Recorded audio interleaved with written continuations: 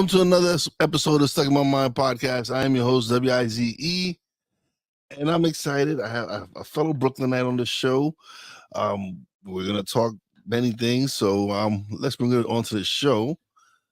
Leigh Shulman. Hi. Hello. Hey, Will. How's it going? It's good How to you be doing here. today? Thank you for coming on the show.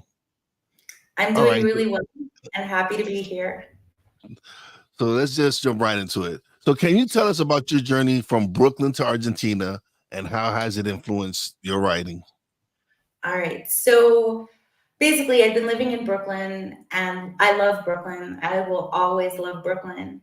But having a kid there and having a kid in New York City it's hard.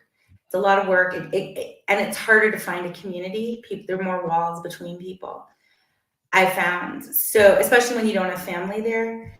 So we decided, all right, and also school, paying for school there was a lot. So we decided, let's sell everything, let's go, let's see what happens.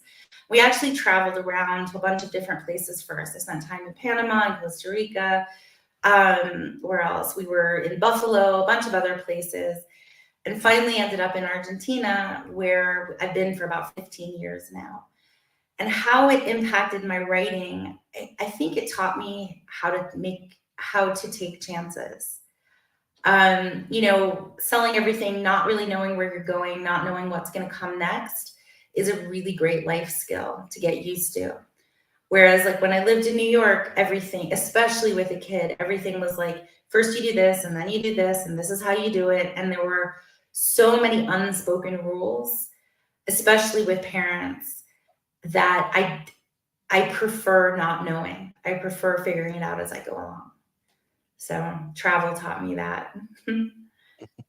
So what inspired you to find the inspired writer community? So the inspired writer community, in a lot of ways, what inspired me is very similar to what inspired me to travel. That, when it comes to writing, people will tell you what to do or how to do it, but it doesn't always take into account the fact that everybody wants something a little different. And the way you present yourself as a writer. Most writers, a lot of times when people, especially when they're not writers or don't want to be writers, they think of, oh, everybody's going to be Stephen King. So how do you become Stephen King? But very few people are Stephen King. And so each of us has to kind of figure out our own path. So my inspired writer community it's not a program that you follow. It's a toolbox that you decide what you want, and then you use those tools to create the life that you want. And so it is very much about figuring it out as you go along, learning things that you didn't know how to do before, jumping into things that you don't know how to do, and then figuring it out and getting support and getting advice along the way, or just, getting things wrong sometimes until you get it right. And that's what my community is about, basically knowing exactly what you want and then making it happen. Awesome. So how this I know how this it had what the impact it had on me. How did 9/11 impact the decision to travel the world and ultimately settle down and outside the U.S.? Yeah. Were you still in Brooklyn during 9/11 also? No, I was actually in Albany. I was in Albany, upstate in upstate, and I remember exactly where I was at. I was working rehab on this house. We was rehabbing this house, and we was putting up sheetrock and everything. And we're listening to the radio, and my wife calls me, and she's just a plane ran into the Twin Towers, and we're like, "What?" She said, "Yeah, this crazy, right?" And I will always remember that day. And it's like yesterday. I'm like it was just yesterday. Yeah. That's definitely, I mean, I feel like moving away from New York has moved me away from being in the moment of that experience. But you asked, like, how did that help me kind of pick up to leave? Because New York is a hard place to leave. There's so much going on and there's so much exciting. And I think there's also a lot of fear of missing out at the idea of leaving. And I think what 9/11 taught me is, just because you think this is the path, like things can change in any second. Mhm. And, you know, and when I realized, I mean, we didn't leave immediately, but when I realized, like, I don't really want to be here anymore. It's not working for me anymore. When everybody around me, the idea of picking everything up, selling everything with a kid, traveling, and just like seeing what happens seemed insane. It seemed like, why would anybody do that? I think the idea of, well, I mean, we lived right across the river from the World Trade Center. So I heard the plane hit. I was home. I heard it, and I thought it was construction. I'm like, what was that? And then when the internet went down, because our internet was on the World Trade Center, that's where our signal came from. We're like, let's go on the roof and see what's going on. And we saw it. We just saw it. We had ash falling on our roof. We had pieces of paper on the roof from the World Trade Center. And I think just seeing that, it's like, well, you know, like safety doesn't, like the things that you think are safe aren't necessarily safe. So why not sell everything and travel? Well, how is that any different than living in Brooklyn and having a building blow up next to you? I didn't expect that either. So, Yeah. so yeah, it was a tough, it was a tough day. And I mean, I remember too, it was a beautiful day. The sky was perfectly blue. And I remember just seeing these clouds of smoke going up and these birds, the pigeons, like the New York pigeons, going in a circle through it. And it was just so weird because it was such a pretty day. Um, and one thing I will say is like in Argentina, September 11th is Teachers' Day. So it's really helped me redefine the day, because what better way to shift all the horror of 9/11 than education? Okay. Yeah. Yeah. Definitely. Can you share a memorable story through your memorable travel story that you that's also significantly influenced your writing? Uh, that has significantly influenced my writing. I think our time in Panama is one of the places that really influenced my writing the most. And partially, I think because it was the first place I went where everything was so different and there were so many new stories to tell, and the way people interacted with each other was just, the rules were all different.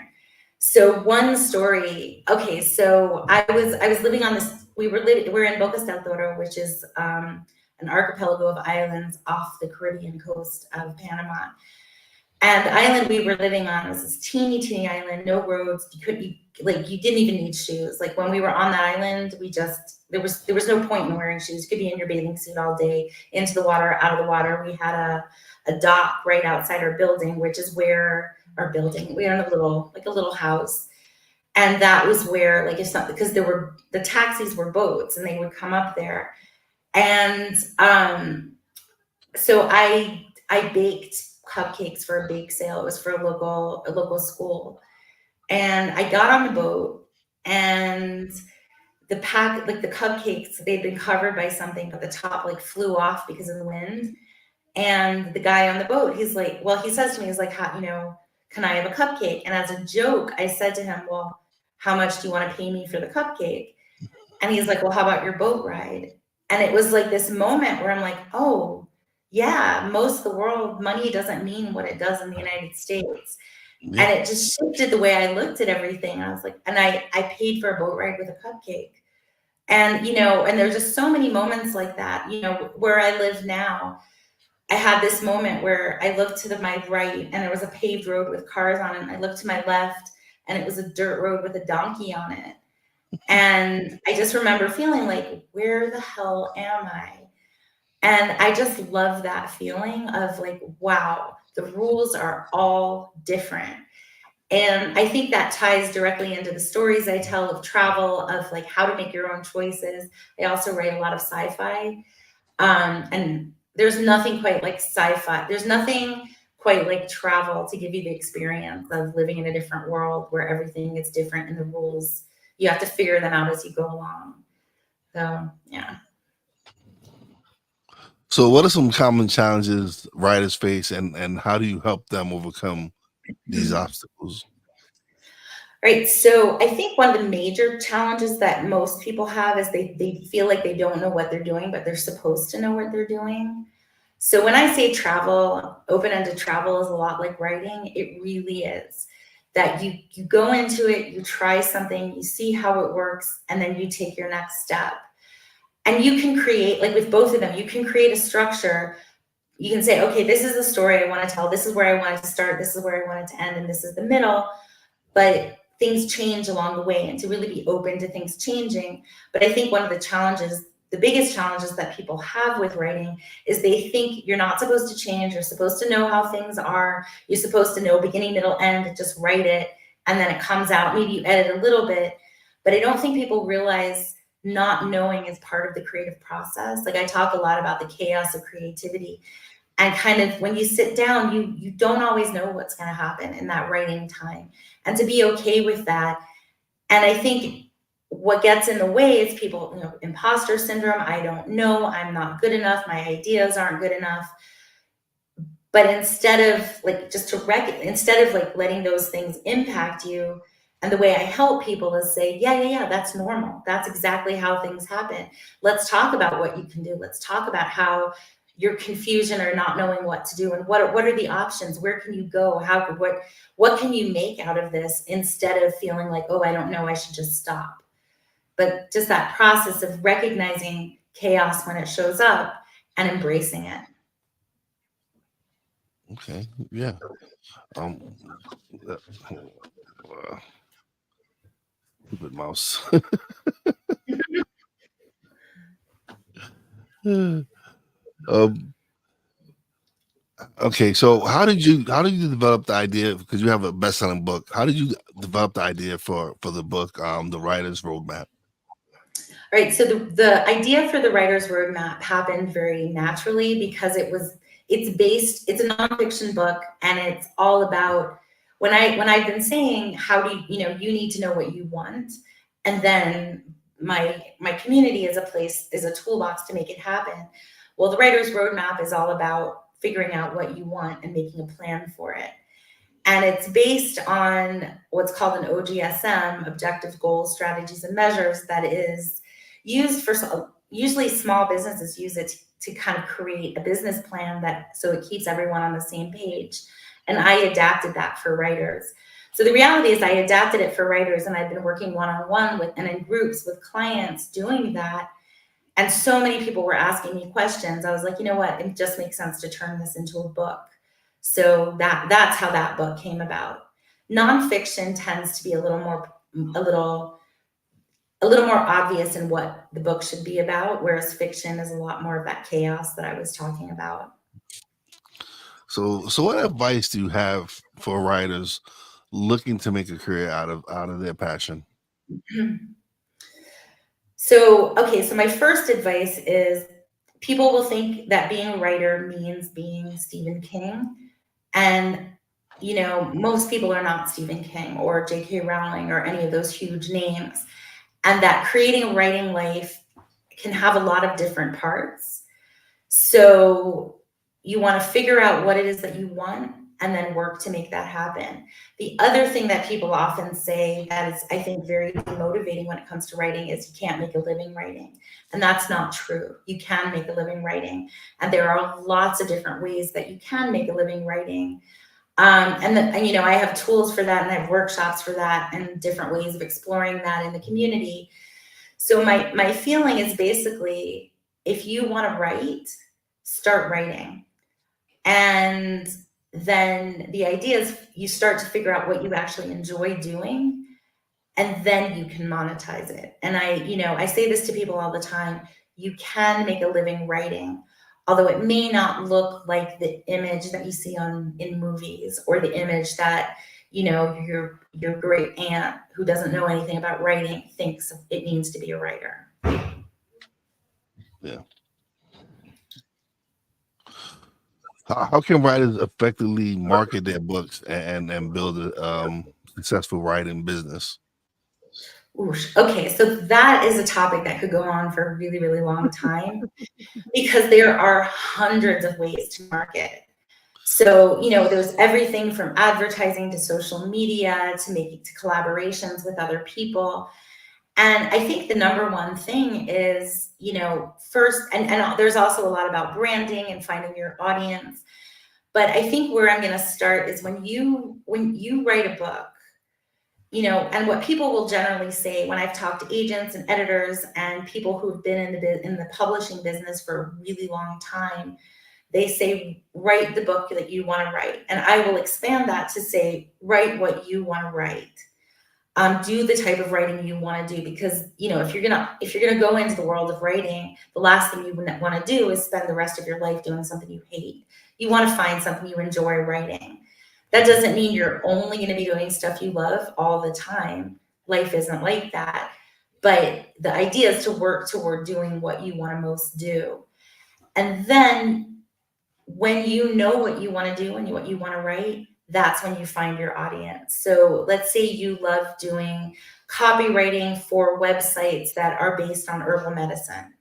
Let's say that's what you love to write about. You love doing the research. So then you go and find your audience. You go and find the websites that are looking for that. And let's say you love telling stories about travel. Well, then you find websites that will take fiction or nonfiction based on your own travel, or you find websites where you can do copywriting for it. So once you figure out what you want, then you find your audience.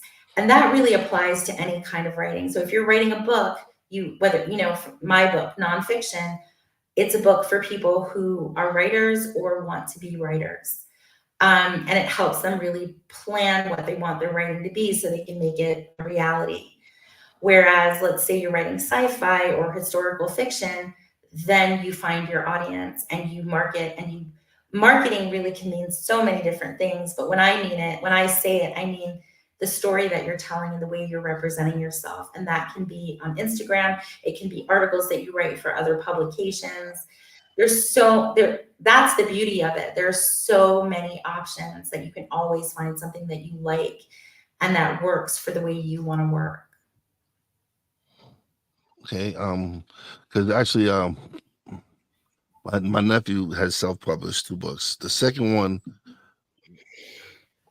we actually invested a lot into really getting it done. We actually invested in someone to help us go over all the mistakes, all typos, trim it down, cut out the fat or whatever. And it was a great experience. We've learned how to self-publish books. This is something we the last 4 years, me and him have just dived into so many different things. We've launched the internet radio station.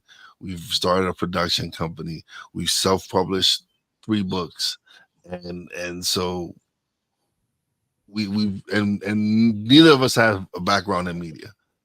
And so for us to come out and do these things, it's just been us wanting to learn and grow.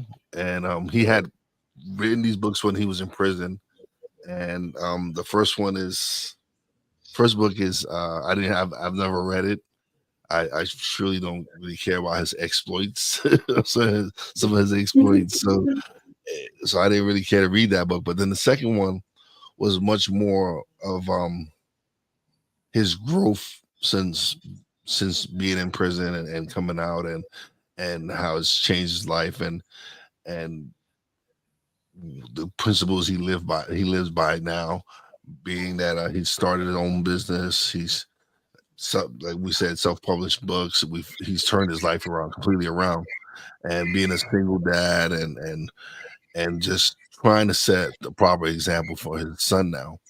And so it's just been an amazing journey to see him grow, and see him even go through some of the struggles as a small business owner, and still work hard, and lift himself up, and continue to grind. And he's like, he sees the vision in what we're doing. And he's like, man, we're gonna continue to knock this out. We're gonna continue to work hard. We'll do what we have to do. And so my podcast has grown in the 4 years that since we started. And it, it's amazing to be able to go on this journey with him, and have someone who we so like-minded and but yet completely opposites. And just have someone on this journey with me. So I, I love this fact. I love the fact that we've been able to do all the things that we've done. And I hear it in your voice, the passion for it, that you, I think that's everything I've been saying. Like, you knew what you wanted. You didn't necessarily know how to do it, but you figured it out. Yeah. And that, like, it makes me want to read them. It makes me want to know more. And I think even if I personally not wouldn't be your target audience, I still want to read it. And I think when you have that passion, that love for learning, and that vision, you move forward. You can't help but move forward because you even when it's hard, you love it and you know there's a reason for it, so you keep going. I think that's awesome. You have to tell me about his books later because I'm going to read them. Oh yeah. Yeah. I'll share them with you. Um, it's oh man, it's been amazing just to see it, to even be a part of it. And then again, like I said, we didn't know anything about media. I didn't know anything about editing a podcast, producing podcasts. Didn't know anything. So I started strictly audio. Now I do a live show 3 times a week, and it's just been the learning, just the fact that I get to learn so much, and I'm enjoying it so much that it's giving me purpose. Like I say that I'm at 44. I finally discovered what my purpose was, and that was to help people out. It's to inspire and help people, and being able to create this platform to come to have people tell their stories and share their journeys, and it actually have an impact on people that I know personally, that people that I grew up with, that listen to the show, actually listen to an episode, and that episode have an impact on their life, and them send me an email. It's like, wow. Just Yeah, if I help one person, I'm like, I'm I'm happy.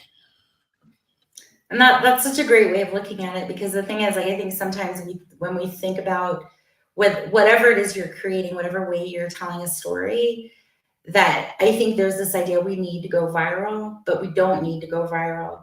It is exactly what you said, like reaching one person and then reaching another person. And that's, and especially when you hear from them and you hear the impact Yeah. that of what you've done and how it's impacted their lives. I think that that's the real power in it. And then that grows a little bit. You have to have patience, but it grows, like, that, Oh yeah, you no, know, it's taken me 4 years to build up my audience to any kind of numbers. I remember my first few months, my total downloads was like 500 downloads, and I was like, wow, I love that number. That was an amazing number to me. And come now, and you look, I have over 30,000 downloads on my awesome. audio, and then when we shifted to video as well, we have those, and it's just been like, okay, I started with no one watching me, to now my YouTube channel, I have over 3,000 subscribers. My other Fantastic. YouTube channel, we just got that to 1,200 subscribers, and this all of this is us teaching ourselves. I'll take a course in something, and I'll start applying it. The last 2 years I've gotten into automation, sending out weekly emails to people who subscribe to the podcast, and just being able to simplify things and find a way to make things easier for myself, being that I am an independent podcaster, that I don't have a big team behind me, being finding programs to help me do the jobs as if I had a big team with me. Absolutely. And I mean, technology is pretty amazing in that sense now that you can do that. Yeah, That you can do that. And I mean, I also think it's, I mean, you have your nephew, you have it, like, you guys are, you're your team. And yeah. having that and having somebody who you can reflect with and kind of say, okay, what are our goals? What's the next step? Is really, really important. I mean, and I definitely have to say, like, that's something I have in my community too. There's a study that says if you tell someone your goals, you raise your chance of completing the goal to 65%. And if you talk with them regularly about your goals, you raise your chance of completing it to 95%. So having that person in your life and having that community is like, it's gold. That, and it's something that's, it's sometimes it's not so easy to find the right people, but having them is crucial because it's hard to work on your own. It's hard. And but you know what? I shouldn't say I don't have a team because networking. I've built relationships with people that have helped me along the way. That have just helped me in so many different ways, and we actually work together and help each other out. And so it's a I am I tell everybody, listen, if you can go and network, if you can find, well, especially new podcasters, I'm like, if you can find other people in your area that are podcasting and get together and nurture those relationships and build those relationships, you'll be better off for it because Absolutely. you get to interact with people who are doing the same thing you love and probably are head if they've been doing it for years. Those are people you want to connect with and learn from because now they can teach you what what mistakes to avoid, what things they've gone through in their many years of podcasting, and you can be like, oh man, I've learned, and that's so I correct myself and say I don't have a team. I've built a network and built relationships with people that now we just work things out. Like one of us, yeah, he's a master at doing intros and doing all these other things, and so he's the he creates intros for all the guys and all of us in our broadcasting family, but then. I'm the one who's always discovering new tools to make it easier for everyone. I'm a app sumo fiend. Oh yeah. I mean, Yeah, me too. Me too. Yep. so I find new programs and I'm telling them like, hey, listen, use this. It simplify it will simplify your life in a lot of ways, and so and then there's other guys who do it just tends to find guys that do different things well, and it just works. Yeah. And I like that because, I guess often when we talk about teams, we are talking about like someone that you work with day in, day out. But you're right, like having networks and communities and ways that you're supporting each other, even, if it's like you said, one person does all the intros, you find the new tech. But even having a group of people who are like, hey, I have this new podcast, or I have this new book, or I have this new whatever, can you share it? I'm doing this new thing, share it, Mhm. Yeah, is really important because we all need someone to like advocate for us. It's and it's oh, part of when it comes to sharing, it's like I'm like, what does it hurt for you to just share someone's content or share someone who's starting a business? It's a click. It's just a click. Like, yeah, and so whenever I see anyone who's starting a business or has a course, or I'm sharing it, and if someone, hopefully someone sees it and it benefits them and they hop on it. I try to, and everybody that I associate with knows that if I can help you in any way, I will. I that's will do the best I can to help you. If I know someone I can connect you with that might have the answer that I don't, and it's that's how I've always been, and I've connected with other people that are the same. That all they want to do is just be able to help each other and uplift each other and serve others. and you be it's like we've been better because of it. At least from me and the guys that I've connected with, and some amazing women too. We've all benefited from it because we've improved so much. Yeah. We've gotten better from it, from us just being able being in such a creative zone where everyone is there's no competition. We're just inspiring each other to do greatness. I think that's awesome. I mean, I often say like I don't believe in competition Yeah, because I think in a lot of ways competition, particularly in a world that's becoming more and more anxiety filled, yeah, it brings more anxiety. Like if you have to butt heads with people, and that's, I mean, competition can be great if you're playing a game, if you're playing football or you're yeah. playing something like that, but because it requires teamwork still. But day to day, having a group of people who support you, and like I work with people who do very similar things that I do, but we can still recommend each other, we can still help each other, and we still support each other because we're different enough that we're not competition.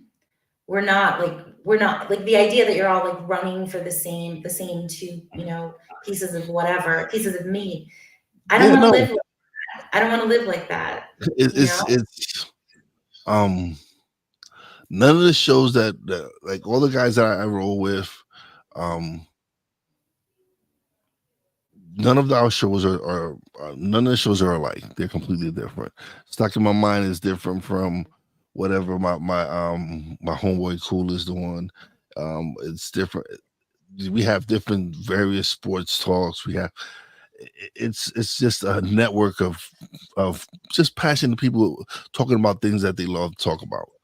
Me, I love to talk sports. I love to talk entrepreneurship, growth mindset, all these different things. So I kind of flex out. I have friends that all they do is talk pop culture. And I love watching movies, and I have my collections and everything. So I'm able to flex and talk and hang out with them sometimes and talk on their shows. Then I have friends that all they love to talk about is sports. I love sports. I'm a huge New York fan. I mean, Knicks, Rangers, Yankees. I just love sports. I'm able to flex in there, and then of course techs. I love techs. I love mics, cameras, learning new tech here. So I have my techie friends that I get get to talk shop with. It's like I've just it's just I get to talk about everything I love Yeah. and share that with other people. And that's kind of, isn't that like the beauty of it? Yeah, You start something and you have a passion for it, and like you're learning, and it could be tough at the beginning, but you eventually get to a point where you get to do what you love. And yeah, even the parts that are harder, you have to figure things out, or the parts that are tedious, they don't mean as much when you really love what you're doing. And that's like, I feel like that's a blessing. Like a lot of yeah. times I teach writing, I teach people how to write, but for me a lot of it is like that moment where getting everybody I work with to love what they're doing, because everything else, you can figure everything else out when you love what you're doing. And when you're happy, like you were saying about mindset, when you're happy, when life is never going to be 100% perfect, but you can always find something in it that makes it worthwhile for you. And I feel like when you're in that space, like you can't go wrong. Yeah, no, yeah, you're absolutely right.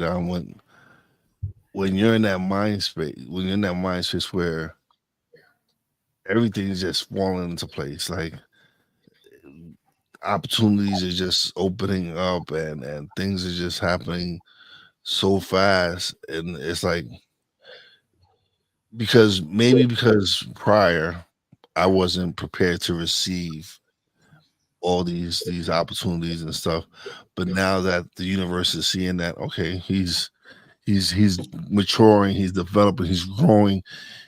let's see him handle these other obstacles now, and let's give him these opportunities, and it's been amazing. Like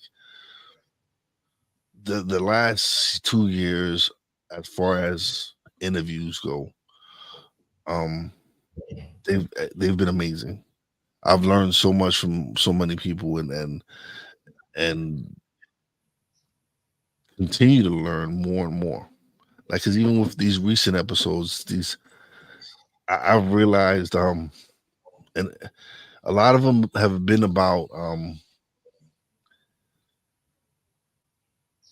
art and music and their healing powers and so it's like, okay, yeah, I can I love talking about growth and finances and all, but also there's also those moments where I enjoy being able to expand people's horizons with talking about how art and music and creativity has these healing factors and are able to help people out. It's just like, okay, there's Yeah. more to this world than just what everything else. There's so many amazing things that people should be aware of, but just aren't.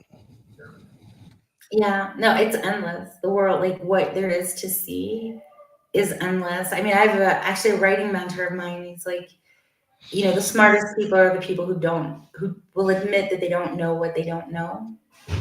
Because then, like, your opportunities are endless and there's always a place for surprise and finding new things and just like I said, like I love that feeling of, oh my God, I never saw it that way before. And yeah, it's never ending, and you were sort of talking about, how we can, like we expand our minds. I think you were talking about like manifestation. Yeah. I don't really like the term manifesting, mainly because too many people use it as if it's your fault if you don't manifest what you want, and that doesn't make sense to me. I don't like blame. I don't, and it's also like, okay, there are a lot of people who live in poverty. Are you saying they're not manifesting properly? That's nonsense. Yeah. Let you know, but like, don't blame people for the things that are happening to them. But the idea that where you focus, because for me, manifesting means where you focus and what you're looking at is what you create. Hmm. So if I decide I don't believe in competition, there's nothing in my way, there's no competition.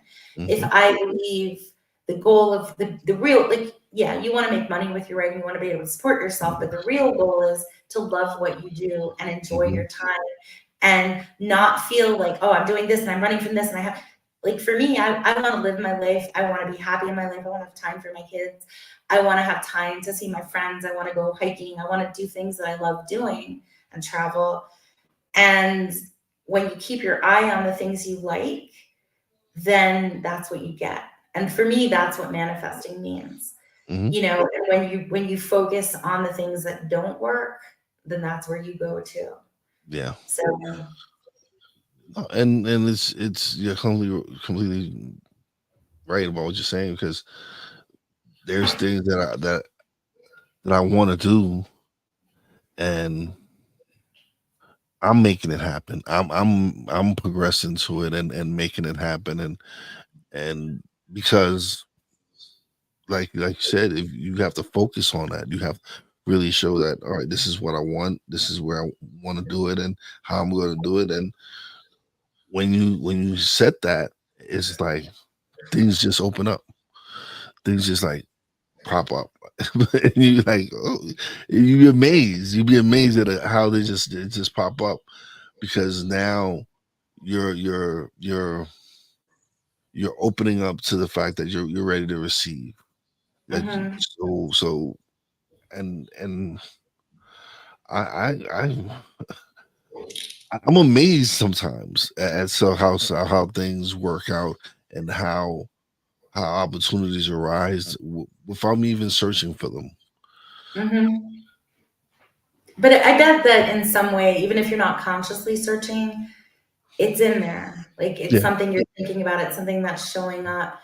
And, like, again, we're talking about mindset. And when you were asking me before, like, what are the biggest challenges for writers? And I was saying, they think they can't do it, or you think your story's no good enough, or you think, imposter syndrome, and I can't, all these negative things.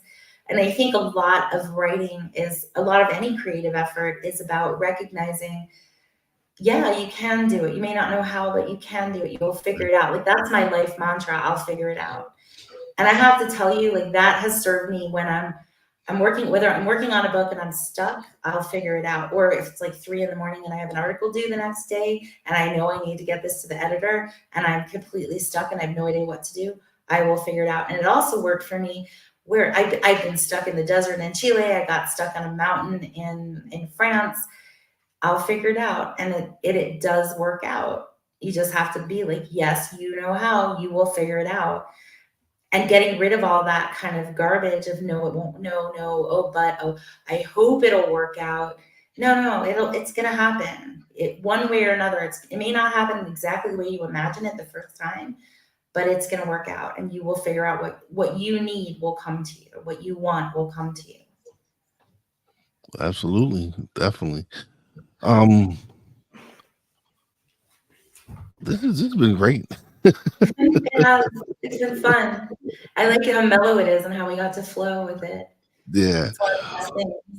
But now it's the time of the show where you get the solo screen and Oh, you get to plug away and let people know where they can find you, okay. websites, everything. And there you go. All right. Hello, everyone. Okay, so the best place to find me is two places. So either Instagram, where it's the THE and then my name, Leigh Shulman. And I have lots of information about me, and you can get my courses and classes and everything like that.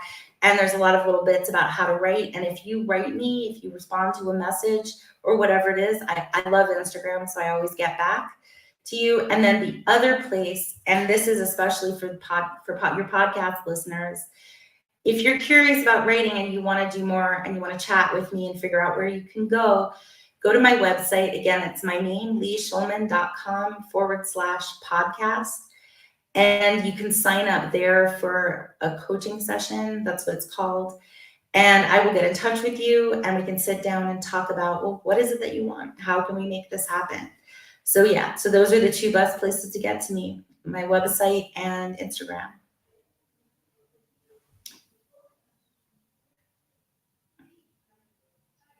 So let's see, was there more? Because I'm still all alone here. Are you coming back now? I'm coming back. I'm coming back.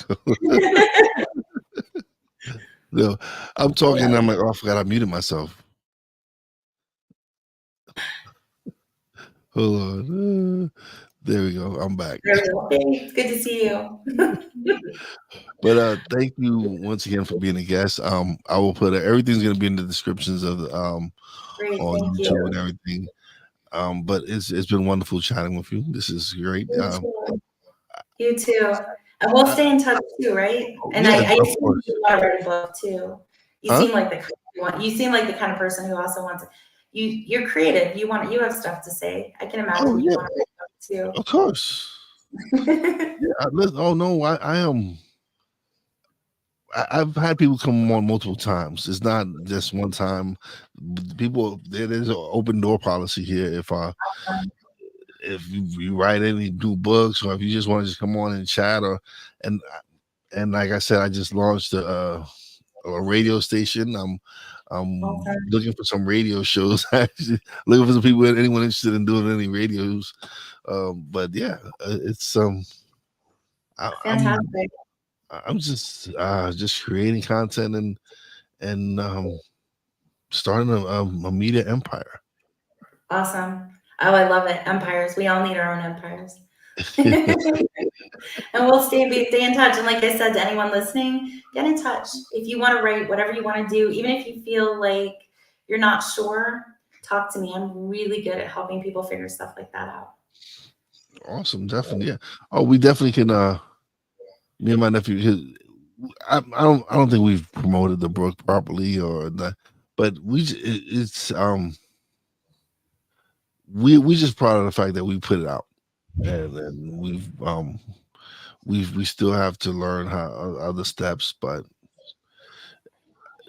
the second book I've read it. It's inspiring. Actually, if you email me, I don't know Sure. how. If you email me your address, I can actually send you the books. Got it. Not, you can't send me anything in Argentina, but Uh, because nothing. But my parents are in Atlanta, and I go visit them pretty often. okay, I'll send it over there. Thank Yeah. you, thank you. That's awesome. I appreciate it, No and we'll be problem. in touch. We'll keep the conversation going. We will. We will. You. But don't leave just yet. Let me close out the show, and I'll be right back. Sounds good. Bye. Bye, everyone. All right, all right. Another great show's in the books. Let me give a shout out to Victor Locke for showing up. What's going on, Victor? Actually, I will be in Chicago next week, so I don't know if you want to meet up or whatever. Just let me know. I'll be in there. I'll be in for a couple of days. So, big shout out to my Real Wise fam, Poppy J, Brandy J. Love you guys. Big shout out to the boss lady. Love you and appreciate you. And as always, a big shout out to all the essential workers out there. God bless you. Be safe. You know how your boy Wise does it. Peace out.